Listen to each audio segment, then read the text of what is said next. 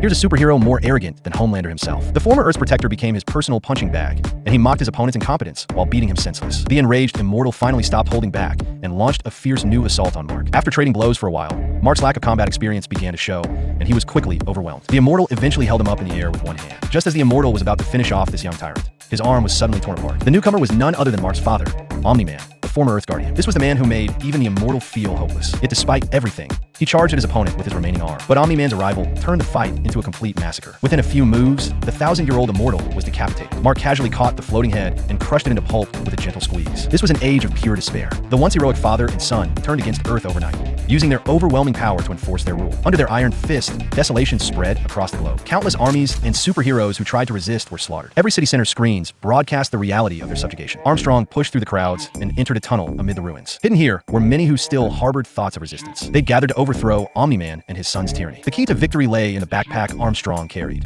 This was the opportunity the Immortal had died to create, Earth's last hope. As everyone discussed the details of their plan, the ceiling suddenly began to shake violently. Omni-Man and his son had found their last hideout. Mark cheerfully greeted his former teammates, only to be met with Eve's atomic assault. After defensively blocking a few attacks, Mark was lured away from the battlefield by her. Robots seized this moment to attack Omni-Man. Though he lasted less than 10 seconds, he created an opening for the others to load their ammunition. With a thunderous roar, Omni-Man was caught off guard and blasted away by a laser. Everyone eagerly awaited the outcome, but a figure burst through the smoke. Robot's main body was slammed against the wall. He extended his mechanical arms in a futile attempt to resist, but Omni-Man effortlessly tore them apart. He died in helpless rage. Meanwhile, Mark had caught up with Eve after she led him away from the main battlefield. Looking at his former love interest, Mark desperately tried to convince her to surrender, but Eve firmly declared she'd rather die. What, Eve? I'm not going to kill you, but I can't let you keep hurting people anymore.